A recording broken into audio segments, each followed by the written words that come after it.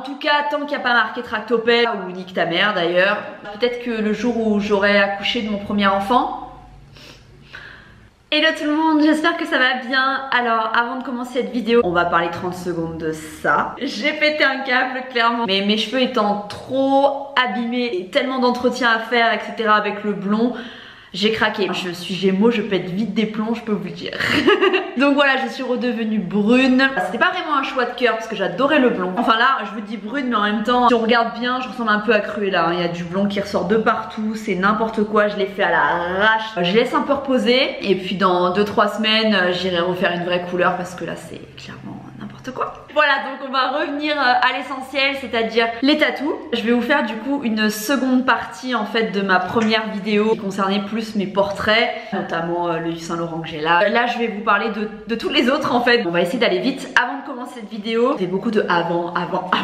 Je tenais juste à vous dire que du coup, en mai dernier, j'ai été élue Miss Tattoo France 2017. Donc c'est la première en fait élection concernant les filles tatouées en France. Ma grande surprise, je l'ai remportée, donc je suis plutôt contente, je suis plutôt fière. J'ai gagné pas mal de choses. Je pense que je vous referai une vidéo en fait pour vous expliquer un petit peu le concept et pour vous dire un petit peu ce que j'ai gagné, vous montrer etc. Ensuite, deuxième chose, je suis dans le tatouage magazine de ce mois-ci, donc c'est pas moi en couverture, hein, c'est la très belle Mia Doll. Suis-moi à la page 38, 39, 40, ouais, il me semble qu'il y a 3 pages. Donc ça revient un peu justement sur l'élection. Si vous voulez aller l'acheter ou au moins le lire, voilà, je suis ici. Ils ont bien écrit mon prénom en plus. Alléluia. Je suis également ici, j'adore cette photo. Voilà.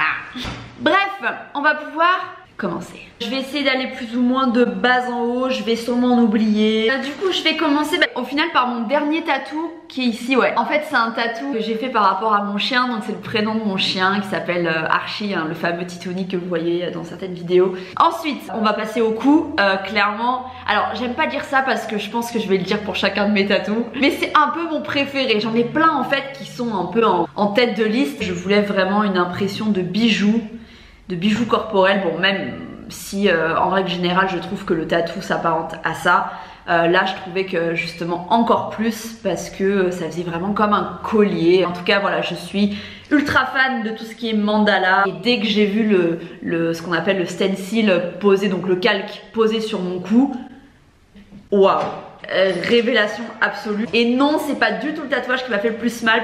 Lui m'a fait très mal par exemple. Lui non, pas du tout. Enfin pas du tout. Si, j'ai eu mal, mais j'ai plus eu mal limite de la main du tatoueur qui m'appuyait tout le temps que la douleur en elle-même. Puisque en plus de ça, c'est du point par point, du dot work. Donc c'est pas vraiment le truc qui fait le plus mal au monde, qu'on se le dise. Par contre, si je commence à parler comme ça, pour tous les tatous, on n'a pas fini les gars. Ensuite, on va descendre un petit peu. Ici, j'ai une phrase en arabe qui fait beaucoup polémique parce que selon certains, elle est bien traduite, selon d'autres personnes, elle est mal traduite. Donc là, à la base, ce que j'ai voulu écrire, c'est une phrase de Shakespeare qui veut dire « Les attentes font toujours mal ». Donc bah n'hésitez pas à me dire en commentaire si vous trouvez que la traduction est bien faite ou que c'est de la merde. Pourtant, j'avais fait traduire par 2 personnes, donc bon. C'est la vie. Ensuite, j'ai le petit freedom juste en dessous qui veut dire donc liberté. Bah, c'est un terme qui me ressemble parfaitement. Comment expliquer la notion de liberté en fait? C'est une des notions sur Terre qui est pour moi la plus importante. Voilà, être libre, il n'y a rien de plus beau. Donc le freedom, c'est un de mes premiers tatous d'ailleurs, je l'adore. Ensuite, donc tatouage ma maman, ça on l'avait déjà vu. Là c'est un recouvrement, donc ça fait partie d'un des tatouages que par exemple, pas que je regrette, que je trouve ouais inutile. En fait je l'ai fait pour recouvrir quelque chose, donc je l'ai fait dans la hâte. J'ai recouvert le prénom de mon ex, hein, pour tout vous dire. Je pensais moi-même à l'époque ne jamais faire de tatouage par rapport à un mec et bah voilà, selon qui rentre dans votre vie, tout est différent. Est-ce que j'ai besoin de me justifier? Non. Voilà, c'est la vie. Ensuite, donc si je descends par là, je n'ai plus rien. Je vais vous parler de mes bras. Du coup là, allez, on attaque dans le game direct. J'ai un tatou complètement érotique. Voilà les gars, vous étiez pas prêts. Et pour vous faire simple, c'est un tableau que j'ai vu apparaître dans la série Mad Men, que j'adore. Et au début j'ai pas compris ce que c'était, ça m'avait pas sauté aux yeux. J'ai vu tout simplement des couleurs qui me plaisaient, un cadre qui me plaisait, et là j'ai mis pause et j'ai dit ah ouais. Donc c'est un tableau de Hokusai, je sais pas si je le prononce bien, ce fameux peintre japonais qui a fait la fameuse vague. C'est son tableau le plus connu, je vous la mettrai, je vous la glisserai. J'ai cette scène un petit peu érotique qui implique une jeune femme avec des pieuvres, voilà. En tout cas j'ai bien choisi mon endroit pour pas non plus que ce soit trop voyant. Ça reste de l'art, ça me plaît. J'ai pas fait ce tatouage pour dire ouais allez-y les gars, faites des trucs avec des animaux, non pas du tout, enfin surtout moi quoi. Juste une œuvre d'art que je trouve très cool. Bref, j'adore ce tatou. Ensuite, au-dessus de Frida Kahlo, il y a une plume, vous voyez, qui sert un peu à rien, qui a été recouverte par Frida justement. Bon, c'est une plume que j'ai faite il y a un petit moment, qui me plaisait plus trop, donc voilà.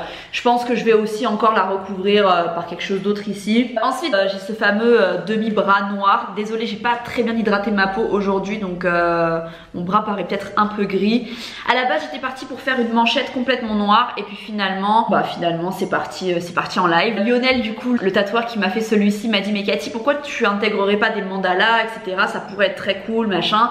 Et au final, je trouve que le résultat est super cool, me ressemble beaucoup plus. Là aussi, ça a permis de recouvrir quelque chose encore par rapport à mon ex. Je vous rassure, c'est le même ex. Il y a plein de trucs un peu partout. J'assume totalement quand je suis love.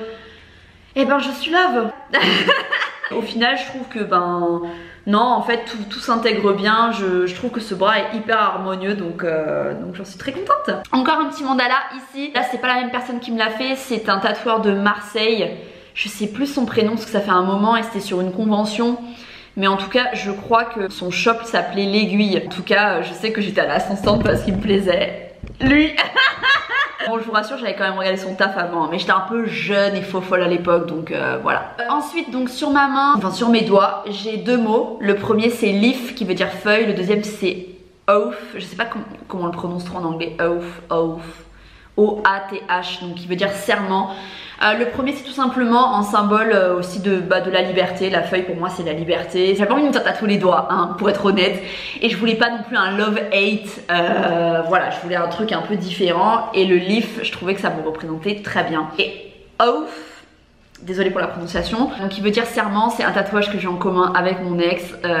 Encore, toujours le même. Ce sera toujours le même, hein. De toute façon quand je vous dis mon ex, ce sera toujours le même. À la base c'était, vous savez, pour vous dire voilà bébé, c'est un serment d'amour, on s'engage, on est fou, on est beau, qu'est-ce que... Et en fait non, l'amour c'est de la merde. Non c'est pas vrai, l'amour c'est pas de la merde, l'amour c'est le plus beau sentiment du monde. Je suis complètement jalouse des gens amoureux. Deuxième bras, ici j'ai un tatouage par rapport à un peintre que j'adore qui s'appelle Jackson Pollock. C'est le peintre qui a inventé, il me semble, la technique du dripping, qui consiste à peindre comme ça violemment en jetant des gouttelettes de partout et en faisant un truc super cool. Bah c'est lui qui l'a inventé. Et ouais les gars, je sais ce que vous vous dites, ah j'aurais pu le faire, mais c'est lui qui l'a fait. Donc Jackson, chapeau mon pote, c'est mon gars sûr. Ensuite, si vous achetez Tatouage Magazine, vous verrez que dans l'interview il parle justement de ces petites choses. Donc j'ai l'étoile de David, j'ai la main de Fatma, j'ai la croix qui est juste ici, il me manque juste le Bouddha. En plus le Bouddha pour moi c'est hyper important de le faire, donc à mon avis il va venir. Tout ça pourquoi? Parce que je suis quelqu'un qui aime tout simplement tout le monde, qui respecte chaque religion, et c'est pas pour faire la Miss France hein, que je dis ça, c'est juste que je suis comme ça, j'aime tout le monde, j'aime tout le monde en fait, enfin quoi de plus naturel en fait que d'aimer son prochain. Donc c'est un symbole un petit peu d'unité pour moi que d'avoir fait les trois signes comme ça. Et le Bouddha je pense qu'il ira par ici, je verrai. Je projette un petit trip en Asie là bientôt, donc peut-être que je le ferai là-bas. On verra, mais en tout cas voilà, c'est dans mes projets. Tout ce qui est autour en fait de la main de Fatma, de l'étoile de David, etc. qui remonte même sur les doigts. C'est Clarisse, tatoueuse qui travaillait chez 7 Tattoo avant à Saint-Raphaël, où je vais souvent d'ailleurs, qui me l'a fait. Maintenant je crois qu'elle travaille à Aix, j'adore son travail en tout cas, et c'est elle donc qui m'avait fait tout ce travail en dot autour, parce que je voulais quelque chose d'un peu plus féminin. Ensuite j'ai donc sur cette main, alors j'ai des trucs pas très joyeux par rapport à mes grands-parents. En fait j'ai leur année de décès tatouée, ainsi que le mot pain, donc qui veut dire souffrance. C'est pas joyeux, je vous l'accorde, mais c'est quelque chose que j'avais besoin de me faire à cette époque là. De toute façon j'ai beaucoup de tatouages par rapport à mes grands-parents qui sont une grande partie de ma vie, et voilà, je suis fière de ces tatouages. Ensuite, et si on se désapait? Donc j'ai un petit tatouage juste ici, en dessous de la poitrine. Je vais essayer de vous montrer un peu plus près quand même. Avec le prénom de mon grand-père et un mot en allemand qui veut dire éternellement. Donc mon papy s'appelait Pierre. Voilà, donc c'est un hommage encore une fois pour mes grands-parents. De ce côté-là, J'ai un oiseau qui est plutôt minable en fait. C'est un peu une erreur aussi, il est pas très bien réalisé. Je pense que quand j'aurai le courage de me le faire recouvrir, parce que les côtes c'est juste horrible comme souffrance. C'est pour ça quand on me dit ah, la gorge, non franchement la gorge c'est du pipi de chat à côté. Vraiment les côtes mais... Waouh. Ensuite, je vais un petit peu me dessaper, un petit peu. Donc voilà, j'ai ce tatouage. Ce tatouage qui est un bélier, ça fait partie des pièces que j'adore. C'est Louis l'Atelier 22, Louis clairement. Atelier 22, Draguignan, c'est mon tatoueur de cœur. C'est avec lui que j'ai commencé mes grosses pièces. C'est lui qui m'a fait tous mes portraits, etc. J'ai cette relation vraiment artistique en fait. Et j'adore son travail, je respecte énormément son travail. Enfin bref, du coup ce bélier, je le surkiffe. Je pense que c'est une de mes pièces préférées. En fait c'est un bélier, il est pas content, hein. Je sais pas si vous avez remarqué, mais il a un peu les yeux blancs. Je vais vous le remontrer. Il a un petit peu les yeux blancs, un petit peu en mode zombie. Alors je suis pas du tout dans ce délire là de faire des tatouages qui font flipper ou ensanglanter, je déteste ça même. Là je trouvais que ça donnait vraiment un charme à ce bélier et j'ai voulu aller dans ce délire là. En plus je trouve que l'endroit est top. J'ai hâte de pouvoir me faire le bas du ventre, etc. Parce que je trouve que c'est un très bel endroit à tatouer tout simplement. Voilà. Ensuite je me passe à l'inspection quand même au détecteur pour savoir si j'en ai pas oublié un. Ah oui, j'en ai oublié un. En fait, bon bah là il n'y a plus rien. Hein. Donc là justement il y avait marqué aussi Archie. C'est pour ça que je l'ai refait dans l'oreille en fait son prénom. Parce que tout simplement ça s'est effacé. Mon tatoueur m'avait prévenu à l'époque, hein, il m'avait dit clairement que ça ne tiendra pas. C'était les 5 minutes les pires de ma vie. Quand je vous dis les pires, c'est que c'est une douleur mais qui est insoutenable. Chapeau aux gens qui se font tout l'intérieur de la pomme parce que franchement c'est pas un cadeau. Ensuite, que dire? Alors, pour vous expliquer, dans mon dos, j'ai pas grand chose si ce n'est rien en fait quasiment. Pourquoi? Parce que j'ai pour projet de faire une énorme fresque florale. Du coup voilà, je laisse libre pour l'instant mon dos. J'ai quelques petits trucs mais ça va être du coup recouvert ou imbriqué dans ce que je ferai donc voilà. Sinon dans ma nuque j'ai ces petits carrés, j'en ai 4 en fait. J'espère que vous verrez. Tout simplement, ça m'a servi à recouvrir 4 signes chinois dégueulasses que on a tous fait. Enfin, vous savez, ces conneries qu'on fait tous au début parce que c'est la mode, etc. Donc bref, j'avais 17 ans quand je les ai fait. C'était mes premiers tatous, j'étais au taquet. Un peu plus tard, je me suis vite rendu compte que c'était pourri. Donc je me suis dit, 4 carrés noirs, c'est plutôt cool, c'est plutôt graphique, c'est un peu tout ce que j'aime en fait. Ça m'a fait bien mal quand même parce que c'était du gros remplissage. Et sur la colonne c'est jamais agréable, mais en tout cas je suis contente du résultat. Alors à chaque fois j'ai la petite blague, haha t'as ton étiquette qui sort, ah, on est tous morts de rire. Ensuite j'ai encore un tatouage par rapport à mon ex, c'est le dernier je vous jure, et j'ai une mèche folle aussi apparemment. Encore lui qui est juste ici. Alors on dirait clairement une comment ça s'appelle, à chaque fois on me dit en plus ah mais mon dieu tu t'es une scarification. Voilà, non je me scarifie pas les gars, Noé hein, la scarification. Donc voilà, c'est tout simplement une date avec le mot love juste après.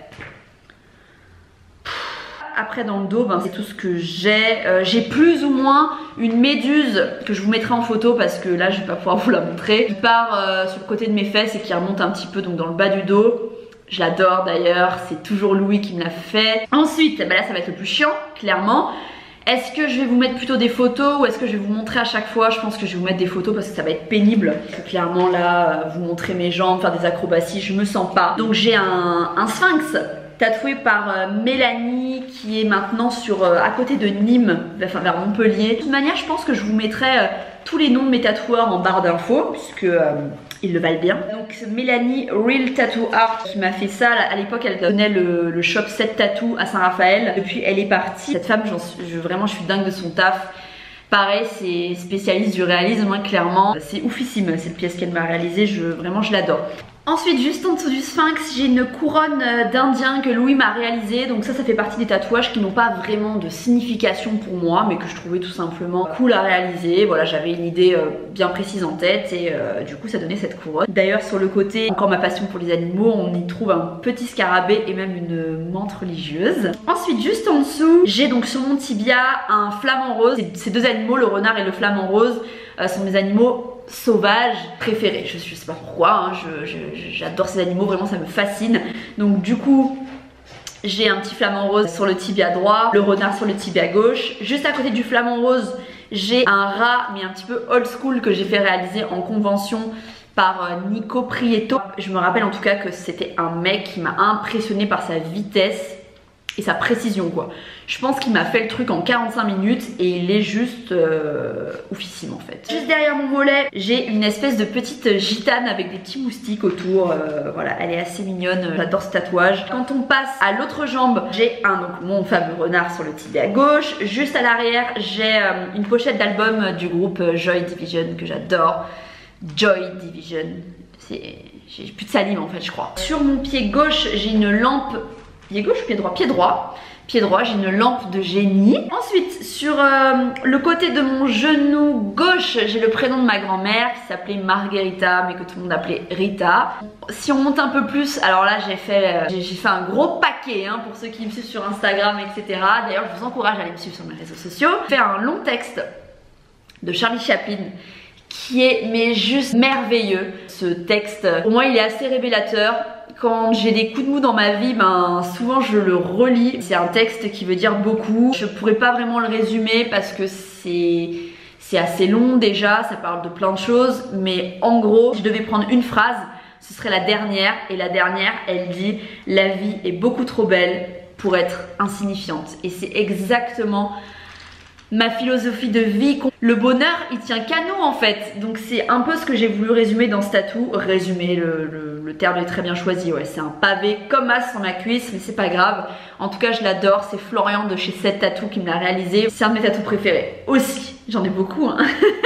Derrière mes cuisses aussi, j'ai des tout petites dates de naissance. C'est tout simplement les dates de naissance de mes grands-parents. Là, je pense qu'on a vraiment fait le tour.